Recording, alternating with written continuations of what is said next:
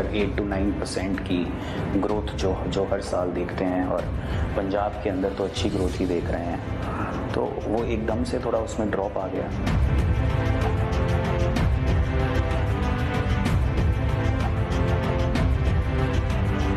नया इंफ्रास्ट्रक्चर है वो अभी नहीं मेरे को दिख रहा कि आएगा, बिकॉज लोग थोड़े से अनसर्टन हैं। जब अब अनलॉक है, कितना चैलेंजिंग लग रहा है ये रास्ता एज ए इंडस्ट्री। मुझे नहीं लगता कि इस फाइनेंशियल ईयर में ग्रोथ इंक्रीज होगी।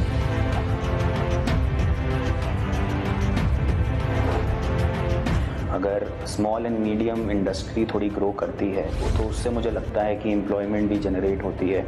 वो वाला बिजनेस भी, अगर छोटे छोटे बिजनेसेस थ्राइव करें तो we will definitely go a long वे।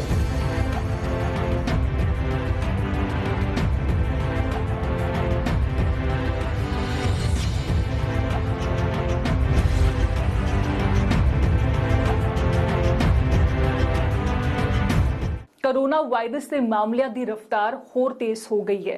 काम पाबंदियां च हो रहा है। हुण कहण नूं इंडस्ट्री अनलॉकड है, पर गुजारा इन्हां दा भी काफ़ी मुश्किल दे नाल हो रहा है, क्योंकि कड़ियां टुट गईयां ने। काम करन दी छूट है, पर किते लेबर दी घट है, किते लेबर पूरी है पर डिमांड घट है, किते लेबर ते डिमांड दोवें ठीक ने पर सप्लाई करन दे विच दिक्कत आ रही है। इंडस्ट्री दियां ऐसियां ही मुश्किलां दा हाल असीं जान रहे हां अजकल सीमेंट इंडस्ट्री दे। ग्लोबल पैंडेमिक कोरोना वायरस जो होया, हर चीज़ ते असर पिया। असीं देखिया दुनिया भर दे विच लॉकडाउन्स लग गए और इंडिया दे विच भी लॉकडाउन लगा। हर चीज़ स्टैंड स्टिल ते आ गई। इंफ्रास्ट्रक्चर, बिल्डिंग्स, घर, मकान, सड़कां, हाईवेज, जो भी कंस्ट्रक्शन का काम सी वो भी रुक गया और इसका सीधा असर पिया सीमेंट इंडस्ट्री ते। ABP सांझा इंडस्ट्रीयल अनलॉकड दे विच अज पहुंचा राजपुरा सीमेंट इंडस्ट्री ड्यूराटॉन सीमेंट्स। जी हाँ, किस तरह इंडस्ट्री आइसोलेशन च गई जो लॉकडाउन लगा, दरवाजे बंद होए, कम रुक गया, मिल बंद हुई, प्लांट बंद होया। लेकिन हुण जो चीज़ां दोबारा खुल रही ने, पटरी ते है, इंफ्रास्ट्रक्चर बन रहा, आप देखा कि स्काई स्क्रैपर्स बिल्डिंग्स भी बन रही ने, तो किस तरह सीमेंट इंडस्ट्री वापस आ रही है अज असीं जानांगे।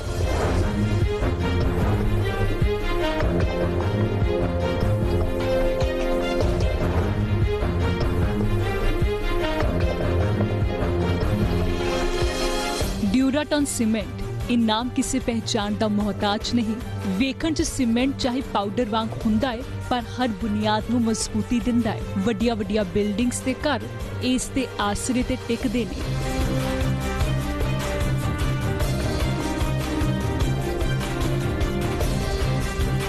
ਇਹ ਜ਼ਿਲ੍ਹਾ ਪਟਿਆਲਾ 'ਚ ਪੈਂਦਾ ड्यूराटॉन सीमेंट प्लांट ਕੰਮ 'ਚ ਰਫ਼ਤਾਰ ਲਿਆਉਣ ਦੀ ਕੋਸ਼ਿਸ਼ ਹੋ ਰਹੀ ਹੈ, ਪਰ ਕੋਰੋਨਾ ਨੇ ਕੰਮ ਇੱਥੇ ਵੀ ਢਿੱਲਾ ਕਰ ਦਿੱਤਾ ਸੀ।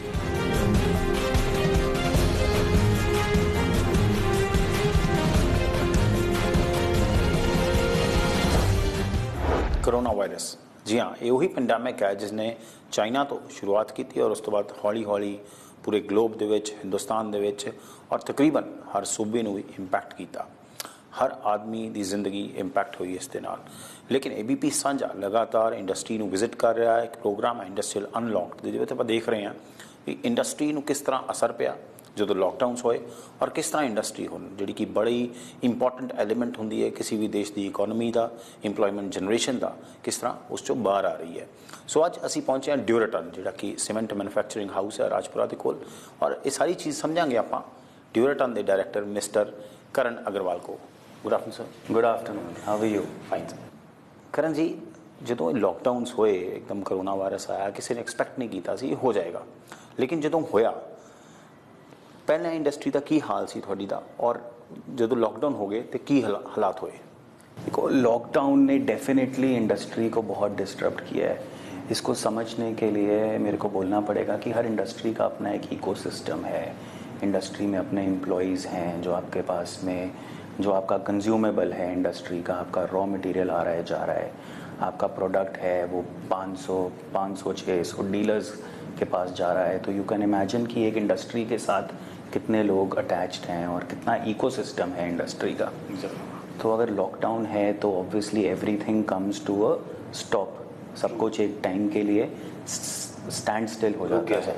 क्योंकि मैन्युफैक्चरिंग आप करते हैं यहाँ पे, और जब लॉकडाउन्स हुए होंगे तो चीज़ें रुक गई होंगी, रॉ मटेरियल चीज़ें बिल्कुल रुक गई, और साथ में बिजनेस एकदम से बंद हो गया बिकॉज आप फैक्ट्री नहीं चला सकते, आपके पास आपकी लेबर नहीं है, लेबर आपकी ज़्यादा से ज़्यादा होम टाउन जाना चाहती है, वापस गांव जाना चाहती है, तो वो लेबर के डिस्प्यूट्स आपको हैंडल करने पड़ते हैं। दूसरा आपका जो साइकिल है, सारा फाइनेंशियल साइकिल है, जो आपकी पेमेंट्स आने वाली हैं या जो आपने करनी है, वो भी एक तरह से डिस्टर्ब हो जाता है।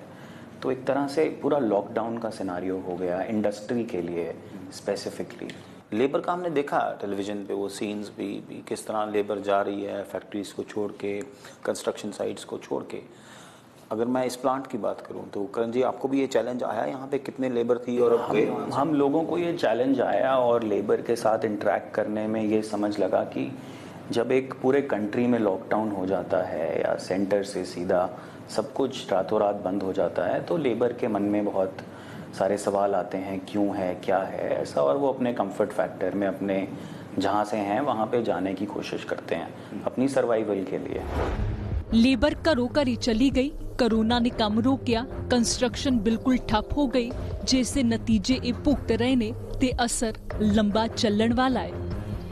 हमारी सेल्स बहुत इफेक्ट हुई, और जो सीमेंट के अंदर हम मतलब ईयर ऑन ईयर 8 to 9% की ग्रोथ जो हर साल देखते हैं, और पंजाब के अंदर तो अच्छी ग्रोथ ही देख रहे हैं, तो वो एकदम से थोड़ा उसमें ड्रॉप आ गया। मुझे ऐसा लगता है कि अभी लॉकडाउन खुलने के बाद भी जो प्रोजेक्ट्स बंद हुए थे और जल्दी और 80% कंप्लीशन में थे, उन प्रोजेक्ट्स को करने के लिए तो एकदम से सडन सीमेंट की डिमांड आई। लोगों ने सोचा कि थोड़ा बहुत चाहे हम लेबर को भी ज़्यादा कॉस्ट कंपोनेंट देके अपने प्रोजेक्ट्स ख़त्म कर लें और दिवाली से पहले शिफ्ट कर जाएं, या अगर कोई रियल एस्टेट बिल्डर है तो उसकी कोशिश है कि वो जल्दी से जल्दी अपना प्रोजेक्ट कंप्लीट करे और साथ में सेल कर पाए, ताकि लोग उसमें मूव करें और उसका भी जो फाइनेंशियल साइकिल है वो चल पड़े। लेकिन थोड़ा सा इसमें है कि जो नए प्रोजेक्ट्स हैं, जो नया इंफ्रास्ट्रक्चर है, वो अभी नहीं मेरे को दिख रहा कि आएगा, बिकॉज लोग थोड़े से अनसर्टन हैं कि आगे सिचुएशन कैसी होगी कि नहीं होगी।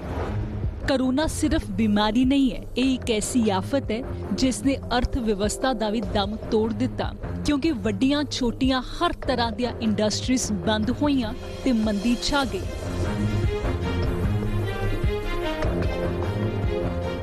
विद योर एक्सपीरियंस, कितने % सेल्स ड्रॉप हुई हैं सीमेंट की ये सारे पैंडेमिक के कारण? अगर मैं आपकी बात करूं और ओवरऑल पैंडेमिक के कारण अगर हम लोग फरवरी से लेके अब की सेल्स को कंपेयर करें तो वी हैव सीन अ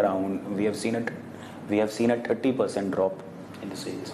एकदम से जब लॉकडाउन खुला था तो काफ़ी सर्ज थी ऑर्डर्स की, और साथ में उस टाइम तो डिमांड थी, बट अब अप्रैल और मई के अंदर डिमांड वापस टेपर ऑफ होती जा रही है, और अगर हम जनवरी फरवरी से बात करें तो 30% का ड्रॉप है। इंडस्ट्री एक चेंज चलती है, कोरोना ने हर पासे तबाही मचाई।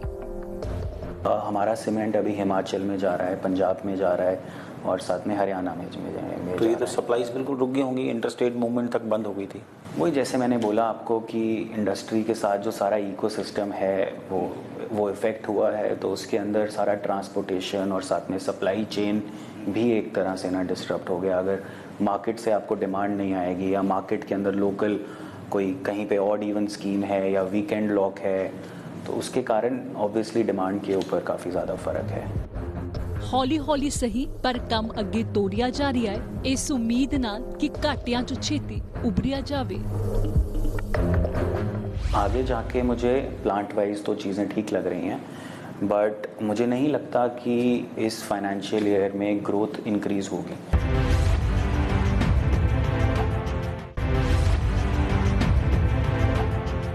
लॉकडाउन का अर्थव्यवस्था ते काफी माड़ा असर पिया। कोरोना वायरस कारण सीमेंट इंडस्ट्री ते भी संकट दे बदल छा गए, क्योंकि कोर सैक्टर है। खैर हुण इस मंदी चों निकलना किवें है, इस ते भी चर्चा बेहद जरूरी है।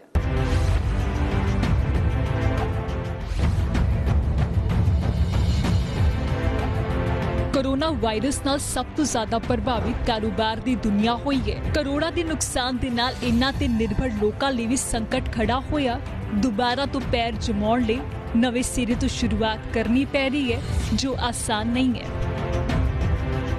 कितना चैलेंजिंग लग रहा है ये रास्ता एज ए इंडस्ट्रियलिस्ट? देखिए 41 डेज के लॉक के बाद अनलॉक होने में थोड़ा सा टाइम लग जाता है, आपकी लेबर को वापस आने में टाइम लग जाता है, आपके प्लांट को अपनी पूरी कैपेसिटी में आने में टाइम लग जाता है। थोड़े से ना टीबिंग इश्यूज स्टार्टिंग में होते हैं, बट आगे जाके मुझे प्लांट वाइज तो चीज़ें ठीक लग रही हैं। बट मुझे नहीं लगता कि इस फाइनेंशियल ईयर में ग्रोथ इंक्रीज़ होगी। Rather all across India ratings का कहना है और काफ़ी सारी रिसर्च एजेंसीज़ का कहना है कि पूरे इंडिया में जो सीमेंट की कैपेसिटी ना यूटिलाइजेशन है विल बी अराउंड 60 to 65%। तो the impact will not only be to us, it will be across India to all cement manufacturers. And it is not a very good thing because cement की जो sale है it is an indicator of how things are growing outside, how the infrastructure is growing। और आम आदमी अपना घर तब बनाता है जब चीज़ें उसके लिए अच्छी चल रही होती हैं और वो एक इन्वेस्टमेंट करना चाहता है। नौकरी बिजनेस। तो अगर सीमेंट सेल्स ड्रॉप होती हैं तो ये एक इंडिकेटर है कि बाहर भी लोगों के पास में पैसा नहीं है एक्स्ट्रा चीज़ों पे खर्चने का या घर बनाने का। लोग अभी जैसे हैं वैसे ही सेफ रहना चाहते हैं। हमने काफ़ी इंडस्ट्री विजिट की है Karan ji, and things are not very good for industrialist. तो अगर मैं आपसे बात करूं तो लॉसेस हुए? सर लॉसेस तो ऐसा है कि इंडियन इंडस्ट्री के अंदर इंडियन बिजनेसमैन, आपने लॉकडाउन के टाइम पे ही देखा होगा कि लोगों ने बड़ी जल्दी अपना मॉडल जो है लीन कर लिया, कॉस्ट्स कट डाउन कर ली और लोगों ने बहुत ज़्यादा नए प्रोडक्ट एहतियात करे और सेफ्टी के लिए, और साथ में बहुत ज़्यादा जल्दी हम लोगों ने मतलब पीपीई किट्स हों या सेफ्टी इक्विपमेंट हो और साथ में सब लोगों ने अपना सर्वाइवल ढूंढ लिया। तो मैं कहता हूँ कि इंडस्ट्री ने काफ़ी इनोवेटिव वेज यूज़ किए हैं पूरे इंडिया में अपनी सर्वाइवल ढूंढने के लिए। लॉसेस लोगों को ज़रूर हुए हैं और मुझे ऐसा लगता है कि लॉसेस के कारण ये है कि आगे एक उम्मीद भी दिखती है। तो अभी कितने परसेंट पे है प्लांट आपका? कितना सीमेंट आप रोज़ बनाते थे? अब क्या सिचुएशन है? देखिए अभी हम लोग जब लॉकडाउन से पहले हम लोग we were doing quite well और प्रोडक्ट की डिमांड बढ़ती जा रही थी और चीज़ें अच्छी हो रही थी और साथ में ज़्यादा से ज़्यादा जो बाहर मार्केट में सीमेंट का काम करते हैं वो जुड़ना चाह रहे थे। अभी थोड़ा लॉकडाउन के टाइम पे लोग डीमोटिवेट हो गए हैं और साथ में जिस भी सिचुएशन में है लोग जल्दी चेंज ओवर नहीं करना चाहते, तो आई थिंक उसका काफ़ी नुकसान हुआ है हमको। But I am sure that धीरे धीरे वील बी एबल टू ना achieve what we are striving for. Per day production कितना है सीमेंट का और अब कितना है? See we are manufacturing around 31 to 3200 metric tonne per day. अभी भी प्रेजेंटली? अभी भी। And before lockdown? Before lockdown, we were on 4,000 metric tons per day. Industry ਦੀਆਂ ਚੁਣੌਤੀਆਂ ਘਟਣ ਤੇ ਨਹੀਂ ਆ ਰਹੀਆਂ ਤੇ ਸਵਾਲ ਸਰਕਾਰ ਦੀ ਮਦਦ ਦਾ ਕਿ ਆਖਿਰ ਕਿੰਨਾ ਫਾਇਦਾ ਐਲਾਨ ਤੇ ਦਾਅਵਿਆਂ ਦਾ ਇੰਨਾ ਤੱਕ ਪਹੁੰਚਿਆ। गवर्नमेंट ने, आरबीआई ने, लोकल पंजाब गवर्नमेंट में जहाँ पे हमारा प्लांट है बहुत कोशिश करी, छोटे छोटे स्टेप्स लिए कि चीज़ें थोड़ी सी ठीक हो जाएं, बट आई थिंक उसका इफ़ेक्ट जो है वो नहीं आया। उसका जो इफ़ेक्ट है सीधा इंडस्ट्री तक बहुत ज़्यादा नहीं आया। कोशिश हुई कि रेपो रेट भी गिराया गया और साथ में इंटरेस्ट रेट भी कम हुआ और साथ में काफ़ी इंसेंटिव्स भी दिए, बट इंडस्ट्री के पास ग्राउंड लेवल पे मुझे नहीं लगता कि बहुत ज़्यादा कोई इंसेंटिव आया। जैसे आपने मुझे बताया कि जो ओवरऑल एक जनरल इंप्रेशन है इंडस्ट्रियलिस्ट का कि हाँ उस तरह की हेल्प ग्राउंड लेवल पे नहीं हुई जिस तरह की होनी चाहिए थी, एक्सपेक्टेड थी गवर्नमेंट की तरफ से। लेकिन with so much of experience what do you suggest, क्या करना चाहिए सरकारों को ताकि चीज़ें they should come back on track? जो स्मॉल एंड मीडियम बिजनेस है अगर वो सरवाइव करता है और अगर वो ग्रो करता है इस कंट्री में तो ऐसा कुछ नहीं हो, तो इससे बढ़िया चीज़ कोई नहीं हो सकती। बिकॉज उससे एम्प्लॉयमेंट भी ना मतलब जनरेट होगी और साथ में नया प्रोडक्ट आएगा कंट्री में और साथ में अगर हम उसको एक्सपोर्ट करते हैं तो उससे जो हमारा बैलेंस ऑफ ट्रेड है वो और बेटर होता है। एंड आई थिंक गवर्नमेंट को चाहिए कि जो लार्ज प्लेयर्स हैं, जो लार्ज इंटरनेशनल प्लेयर्स हैं, उनको एक कंड्यूसिव और उनको एक अट्रैक्टिव पैकेज दें, या कोई उनको कोई इंसेंटिव दें, या फिर उनके साथ हैंड होल्डिंग करके अगर बड़ी इस्टेब्लिशमेंट्स इंडिया में आ सकती हैं तो चाइना वाले मॉडल पे we can also be the factory to the world. अगर मैं बोलूँ अगर आपको, ठीक है, now we are limping back to normal see, चीज़ें वापस जा रही हैं, वे फॉरवर्ड क्या है? किस तरह आपको लगता है कि वापस इकोनॉमी को रिवाइव कर सकते हैं और ख़ास करके सीमेंट इंडस्ट्री को हेल्प कर सकती है सरकार? आई थिंक इकोनॉमी को रिवाइव करने का बेस्ट वे है जो हमने देखा कि जो हमारा स्मॉल एंड मीडियम सेक्टर है इंडस्ट्री का, उसके लिए कुछ और ल्यूक्रेटिव स्कीम्स आएँ। अगर स्मॉल एंड मीडियम इंडस्ट्री थोड़ी ग्रो करती है और एंटरप्रेन्योरशिप थोड़ी सी आती है तो उससे मुझे लगता है कि एम्प्लॉयमेंट भी जनरेट होती है। वो वाला बिजनेस भी, अगर छोटे छोटे बिजनेसेस थ्राइव करें तो we will definitely go a long way and we will have a great economic story. Cement उद्योग कच्चे माल ते आधारित है। चीन तो बाद भारत दुनिया दे सब तो बड़े सीमेंट उत्पादकां चों एक है। हालांकि चीन ते भारत दी सीमेंट प्रोडक्शन समर्था च वड्डा अंतर है, पर भारतीय सीमेंट इंडस्ट्री भी पूरी कोशिश कर रही है होर अगे वधन दी। पर फिलहाल तक कोरोना ने ही कई चुनौतियां खड़ियां कीतियां होईयां ने। देखिए, India is the second largest manufacturer of cement in the world. We are second only after China. China is around 1600 million ton per annum और इंडिया है अभी 350 मिलियन टन पर एनम में, but we are still the second largest cement manufacturing capability in the world. But we have a huge potential to grow. I will tell you why, because China के अंदर अगर per capita consumption कुछ 1700 kgs की है तो India के अंदर अभी वो 250 kg के आसपास है, और वर्ल्ड के अंदर जो स्टैंडर्ड है that is around 500 kg per capita consumption, which for a growing economy like ours and for a large population base like ours should really be growing up।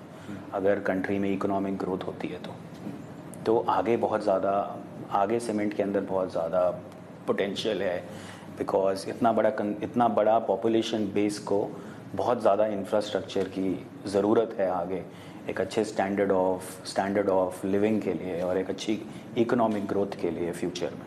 लेकिन ये गैप बहुत ज़्यादा है अगर बात करें चाइना और इंडिया में, तो what are the reasons? Gap बहुत ज़्यादा है और गैप धीरे धीरे जैसे कंजम्पशन बढ़ती जाती है या कंट्री के अंदर इंफ्रास्ट्रक्चर आएगा तो गैप पास आता जाएगा, और थोड़ा बहुत जो गैप है उसका कंपोनेंट होगा जो हमारा सिटीज़ में लार्ज इंफ्रास्ट्रक्चर आता है, और काफ़ी ज़्यादा जो ये पर कैपिटा कंजम्पशन है वो तब भी बढ़ेगी अगर जो बहुत ज़्यादा रूरल एरियाज़ हैं वहाँ पे लोगों के पास पैसा आता है, और इंडिया अगर अपने क्या चीज़ बोलते हैं रूफ ओवर एवरीवन्स हेड के ना मिशन में थोड़ा आगे जाता है तो वो गैप अपने आप ख़त्म होता जाएगा।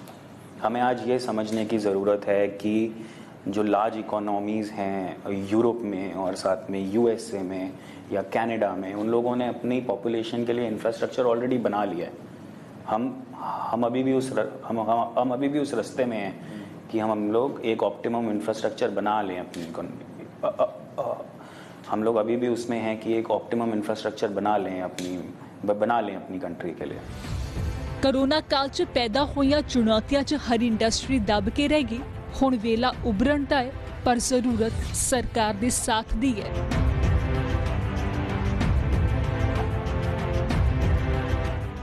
ये पैकेजिंग 100% वाटर रेजिस्टेंट है, तो अगर आप बैग आपका बारिश में भी पड़ा रहता है, चाहे 5 साल बाहर पड़ा रहता है, तब भी अगर आप उसको यूज़ करोगे तो वो एक वर्केबल सीमेंट होगा।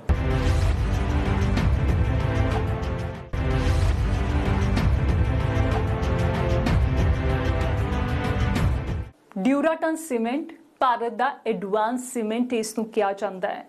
हुण तुहानूं दसदे हां कि आखिर ये मार्केट च आई कदों ते होर की खूबियां ने ਜੋ ਇਸ ਨੂੰ ਖਾਸ ਬਣਾਉਂਦੀਆਂ ਨੇ।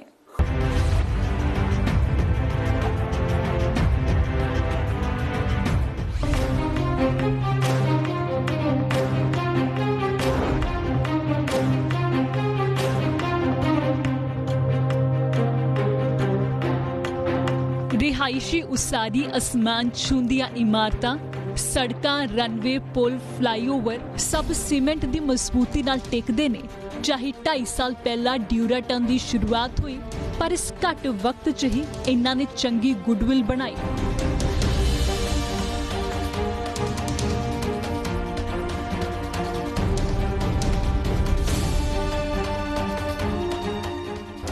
ਸਾਲ 2018 ਚ ਡਿਊਰਾਟਨ ਸੀਮੈਂਟ ਯੂਨਿਟ ਦੀ ਸ਼ੁਰੂਆਤ ਹੋਈ। ਰਾਜਪੁਰਾ ਦੇ ਰਾਜਗੜ੍ਹ ਪਿੰਡ 'ਚ ਇਸ ਦਾ ਪਲਾਂਟ ਹੈ। 30 ਏਕੜ 'ਚ ਇਹ ਪਲਾਂਟ ਫੈਲਿਆ ਹੋਇਆ ਹੈ। 1.5 ਮਿਲੀਅਨ ਟਨ ਹਰ ਵਰੇ सीमेंट की प्रोडक्शन होती है। तो अगर मैं ड्यूराटन की बात करूं, कब से है ब्रांड, कितना पुराना है और how has been the journey so far? तो Asian cement group is in the cement business for the last 16 years and but जो ये ब्रांड है हमारा, ये हम लोग 2.5 साल पहले लेके आए और हम लोगों ने 2.5 साल पहले इसकी लॉन्चिंग करी with the very idea कि we want to bring an advanced product in the market। Cement के अंदर कुछ ही नाम हैं जो सिनोनिमस हो गए हैं इस प्रोडक्ट से और वो काफ़ी सालों से कुछ नया नहीं लेके आ रहे हैं। सीमेंट वहीं का वहीं है। अगर आज आप घर बनाना चाहते हैं तो आप हैरान रह जाएंगे कि आपके पास कितनी ऑप्शंस हैं फ्लोरिंग की, कितनी ऑप्शंस हैं अगर आपको एस्थेटिक अपील बढ़ानी है घर की। ठीक, पेंट जो है इंडिया के अंदर काफ़ी आगे हो गया, काफ़ी उसमें रिसर्च हुई और लेकिन सीमेंट एक ऐसा सेक्टर है जो बहुत ज़्यादा स्टिल था और जिसके अंदर कोई नई प्रोडक्ट इनोवेशन नहीं हुई। तो मार्केट को ना डिस्टर्ब करने के लिए हम लोगों ने एक सीमेंट प्लांट यहाँ पंजाब में लगाया और पंजाब में उस टाइम 2 या 3 प्लांट ही थे। तो द आइडिया वाज कि हम मार्केट के पास रहें और अगर हम यहाँ पे रह के सीमेंट बनाते हैं तो we have made it for the market around us. हमने नॉर्थ इंडिया का जो वेदर है, नॉर्थ इंडिया की जो डिमांड है उस हिसाब से प्रोडक्ट बनाया। हाई कंप्रेसिव स्ट्रेंथ, घट पानी की जरूरत, रोबोटिक क्वालिटी कंट्रोल, जंग रोधक ते 2 पड़ावां च सुपर फाइन ग्राइंडिंग, ये वड्डियां खूबियां ने जो इस सीमेंट नूं मजबूत पहचान दिंदियां ने।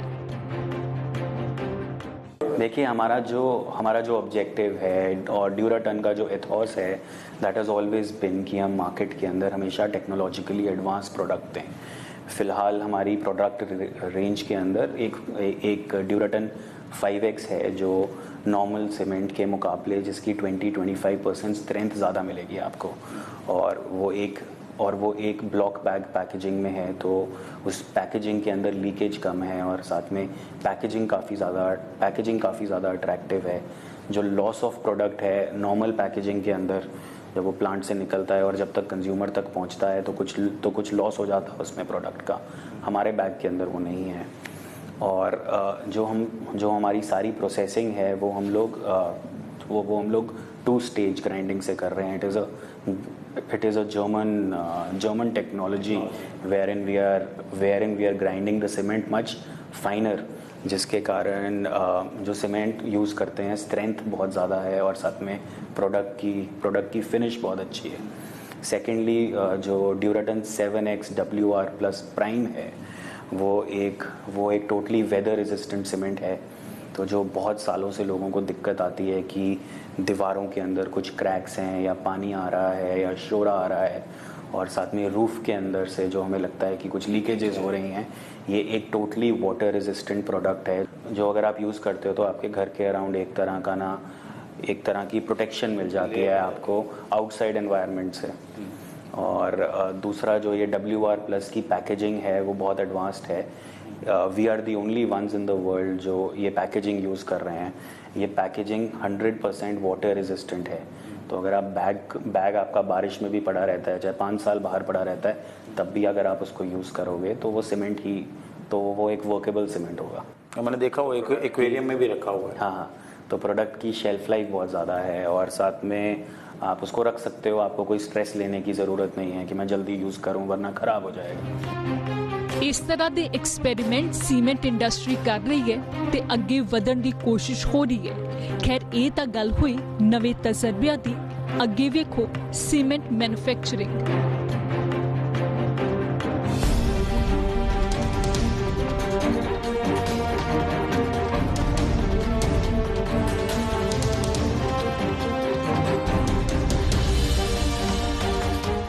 यहाँ पे जो हम जो टेस्ट कर रहे हैं, अदर हम सीमेंट ब्रांड की बात करें, वहाँ पे हार्डली 3 घंटे में एक टेस्टिंग होती है।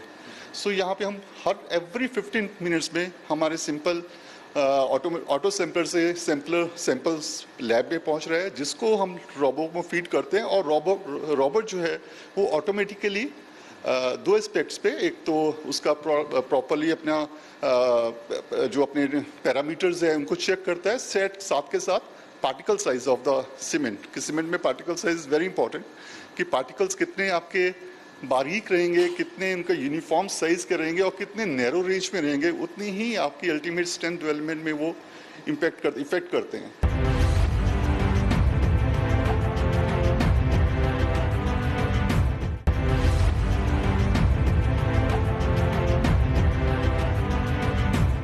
ਡਿਊਰਾਟਨ ਸੀਮੈਂਟ, ਇਸ ਦੇ ਨਾਲ ਤੁਸੀਂ ਇਮਾਰਤਾਂ ਬਣਦੀਆਂ ਤਾਂ ਕਈ ਵਾਰ ਦੇਖਿਆ ਹੋਣਗੀਆਂ, ਪਰ ਆਖਿਰ ਇਹ ਸੀਮੈਂਟ ਕਿਵੇਂ ਬਣਦਾ ਹੈ, ਇਸ ਪ੍ਰੋਸੈਸ ਨੂੰ ਵੀ ਤੁਹਾਨੂੰ ਬਾਰੀਕੀ ਨਾਲ ਸਮਝਾਉਂਦੇ ਹਾਂ।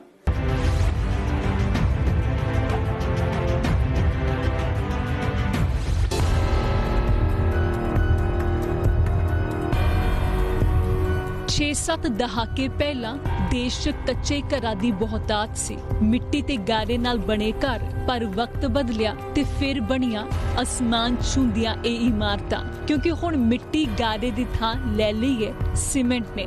ਇਮਾਰਤ ਦੀ ਮਿਆਦ 'ਚ ਇਜ਼ਾਫਾ ਕਰਨ ਵਾਲਾ ਇਹ ਸੀਮੈਂਟ ਬਣਦਾ ਤਾਂ ਰੇਤੇ ਤੋਂ ਹੀ ਹੈ, ਪਰ ਤਰ੍ਹਾਂ ਤਰ੍ਹਾਂ ਦੀ ਮਿਲਾਵਟ, ਕਈ ਤਰ੍ਹਾਂ ਦੀਆਂ ਪ੍ਰਕਿਰਿਆਵਾਂ ਤੋਂ ਲੰਘ ਕੇ ਮਿਲਦੀ ਹੈ ਇਸ ਨੂੰ ਮਜ਼ਬੂਤੀ। ਸੀਮੈਂਟ 3 ਅਹਿਮ ਮਟੀਰੀਅਲ ਕਲਿੰਕਰ, जिप्सम ਤੇ फ्लाई ऐश तो तैयार होता है। सीमेंट बेसिकली 3 रॉ मटेरियल से बनता है, जो है क्लिंकर, जिप्सम और फ्लाई ऐश। इसके एक प्रपोर्शन होता है, जिस प्रपोर्शन में मिक्स करके ग्राइंड करके उसको सीमेंट बनाया जाता है। ये है ग्राइंडिंग प्रोसेस। इसके पहले भी बहुत सारे प्रोसेसेस होते हैं जिसमें क्लिंकर बनता है। अब जो यहाँ पर जो होता है बेसिकली क्लिंकर राजस्थान से आता है, अलग अलग जगह से आते हैं। जिप्सम राजस्थान से आता है और फ्लाई ऐश हमारा जो भी थर्मल पावर प्लांट्स हैं उसमें से आता है।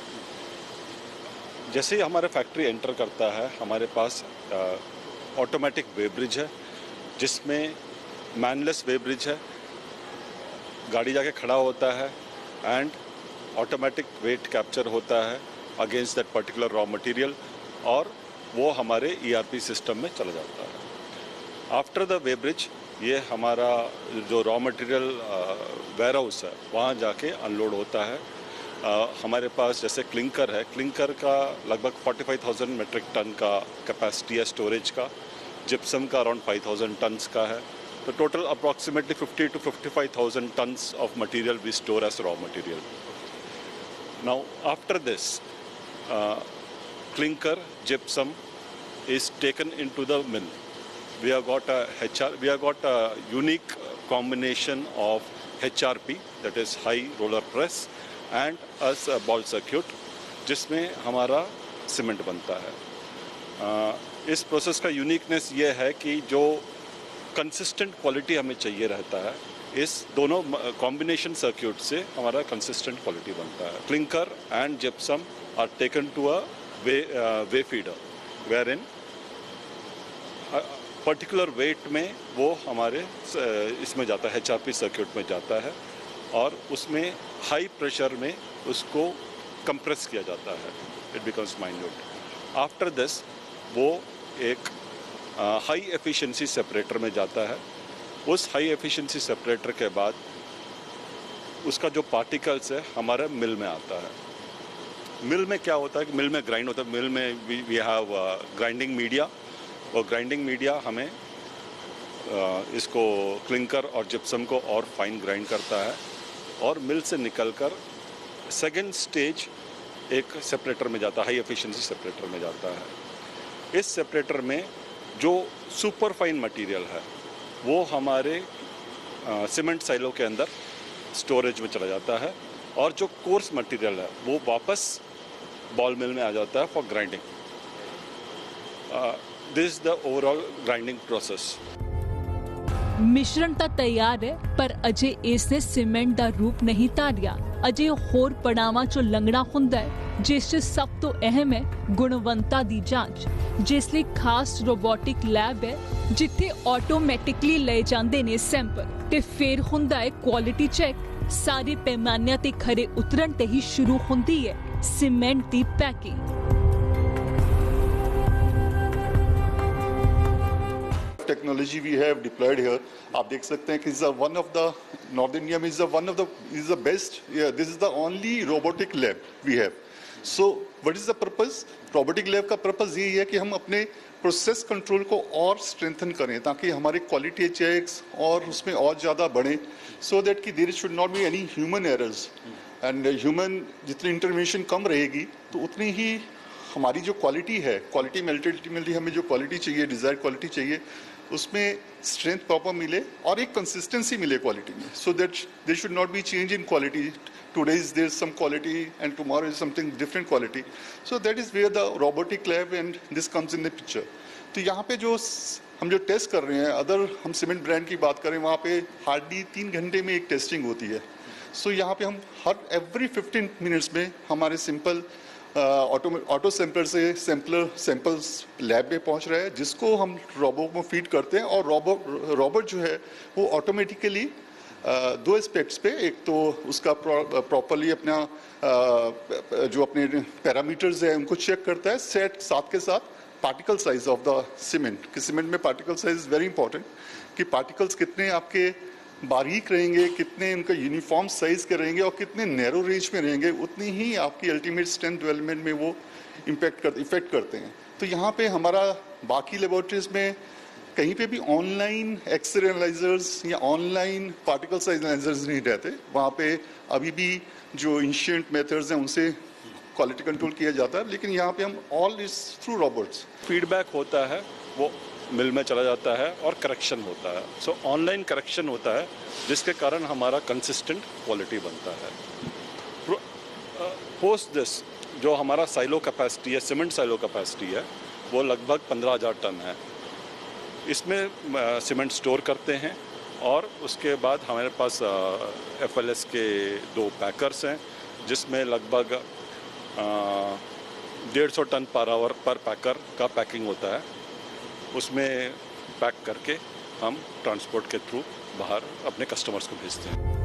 सीमेंट ਲਈ ਮਿਕਸਿੰਗ ਤੋਂ ਲੈ ਕੇ ਪੈਕਿੰਗ ਤੱਕ ਇੱਕ ਲੰਬਾ ਤੇ ਨਿਰੰਤਰ ਚੱਲਦਾ ਰਹਿਣ ਵਾਲਾ ਪ੍ਰੋਸੈਸ ਹੈ ਤੇ ਆਮ ਮਸ਼ੀਨਾਂ ਦੀ ਤਰ੍ਹਾਂ ਸੀਮੈਂਟ ਯੂਨਿਟ ਦੀਆਂ ਮਸ਼ੀਨਾਂ ਨੂੰ ਬੰਦ ਕਰਕੇ ਰੱਖਣਾ ਆਸਾਨ ਨਹੀਂ ਹੁੰਦਾ। ਪਰ ਲੋਕਡਾਊਨ ਲੱਗਿਆ ਤਾਂ ਡਿਊਰਾਟਨ ਯੂਨਿਟ ਵੀ 2 ਹਫ਼ਤਿਆਂ ਲਈ ਬੰਦ ਕਰਨੀ ਪਈ ਤੇ ਲੋਕਡਾਊਨ ਤੋਂ ਬਾਅਦ ਵੀ ਹੁਣ ਜਦੋਂ ਕੰਮ ਸ਼ੁਰੂ ਹੋਇਆ ਤਾਂ ਪ੍ਰੋਡਕਸ਼ਨ असरअंदाज हुई है। पहला जिन्ना सीमेंट तैयार किया जाता सी उन्ना अजे भी नहीं हो रहा। सीमेंट एक कंटिन्यूस प्रोसेस इंडस्ट्री है और ये हमें लगातार चलाना जरूरी है, नहीं तो सीमेंट बीइंग हाइग्रोस्कोपिक जो कि पानी ऑब्जॉर्ब कर लेता है तो बहुत सारे इश्यूज आते हैं प्लांट एंड मशीनरी प्लांट में। जब हमारा लॉकडाउन शुरू हुआ था तो सबसे पहले हमने गवर्नमेंट को अप्रोच किया फॉर एग्जेम्पशन कि ये प्लांट चला सकें और हमें बहुत सपोर्ट मिला लोकल गवर्नमेंट से, लोकल अथॉरिटीज़ से, और हमें परमिशन बहुत जल्दी मिल गया था। वंस हमें परमिशन मिला तो हम उस पीरियड में हमने जो टाइम गैप था from the start of lockdown till permission, उस लगभग 8 से 10 दिन का टाइम था। तो उस पीरियड में हमने जो भी मेंटेनेंस हमें करना था वो पीरियड को हमने इस्तेमाल किया। हाँ, हमें परमिशन था उस समय वर्कफोर्स एंड ऑफिसर्स को अंदर आने का, प्लांट चलाने का परमिशन नहीं था परंतु अंदर आने का परमिशन था। तो उस पीरियड में हमने बहुत सारा मेंटेनेंस किया जो हमारा ये था शेड्यूल में था या अनशेड्यूल्ड मेंटेनेंस। उसके बाद जैसे ही हमारा परमिशन मिला उसके बाद हमने अपना मिल चालू किया। उसमें भी बहुत सारे इश्यूज थे बिकॉज ऐसा हाइग्रोस्कोपिक मटेरियल है, पानी अब्जॉर्ब करता है, तो बहुत सारे जगह हमें वो जाम छुड़ाने पड़े and this one. Otherwise after that it has been a smooth process. हमारा जो रोज़ का कैपेसिटी है वो लगभग 4000 टन है। 4000 टन हम बना सकते हैं और 4000 टन हम डिस्पैच भी कर सकते हैं। अभी कितना बन रहा है? अभी लगभग हमारा 2500 से 3000 बन रहा है। 2.5 से 3,000 टन रोज़ का बन रहा है। ਬਦਲੇ ਵਕਤ ਨੇ ਲੋੜਾਂ ਵੀ ਬਦਲੀਆਂ ਨੇ, ਇਸ ਲਈ ਤਾਂ ਸੀਮੈਂਟ ਬਣਾਉਣ ਦੇ ਤਰੀਕੇ ਵੀ ਬਦਲੇ ਤਾਂ ਜੋ ਵਕਤ ਦੀ ਮੰਗ ਤੇ ਰਫ਼ਤਾਰ ਨਾਲ ਮਿਲਿਆ ਜਾ ਸਕੇ। ਪਰ ਕਰੋਨਾ ਨੇ ਰਾਹ 'ਚ ਰੋੜਾ ਜ਼ਰੂਰ ਅਟਕਾਇਆ। ਮਜ਼ਬੂਤੀ ਦੇਣ ਵਾਲੀ ਸੀਮੈਂਟ ਇੰਡਸਟਰੀ ਨੂੰ ਇੱਕ ਵਾਰ ਤਾਂ ਹਿਲਾ ਕੇ ਰੱਖ ਦਿੱਤਾ, ਪਰ ਮੁੜ ਹੌਲੀ-ਹੌਲੀ ਹੀ ਸਹੀ ਕੰਮ ਤੁਰ ਪਿਆ।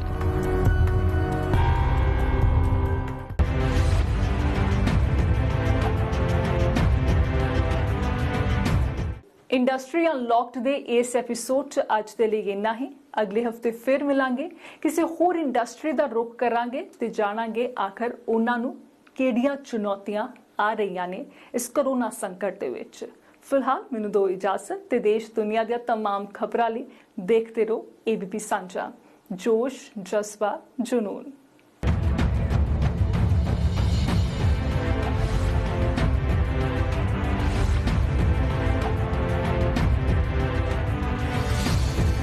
ईयर ऑन ईयर 8 to 9% की ग्रोथ जो हर साल देखते हैं, और पंजाब के अंदर तो अच्छी ग्रोथ ही देख रहे हैं, तो वो एकदम से थोड़ा उसमें ड्रॉप आ गया।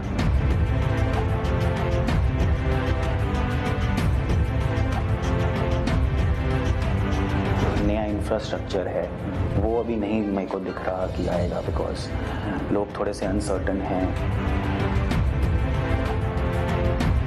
जब अब अनलॉक है, कितना चैलेंजिंग लग रहा है ये रास्ता एज ए इंडस्ट्री। तो मुझे नहीं लगता कि इस फाइनेंशियल ईयर में ग्रोथ इंक्रीज होगी।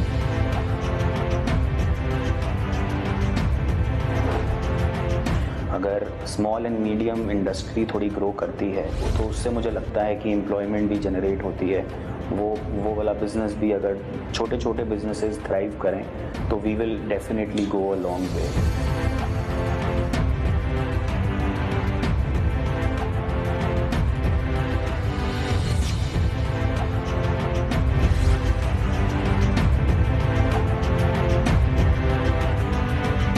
ਤੁਸੀਂ ਵੇਖ ਰਹੇ ਹੋ ABP ਸਾਂਝਾ, ਜੋਸ਼, ਜਜ਼ਬਾ, ਜਨੂਨ।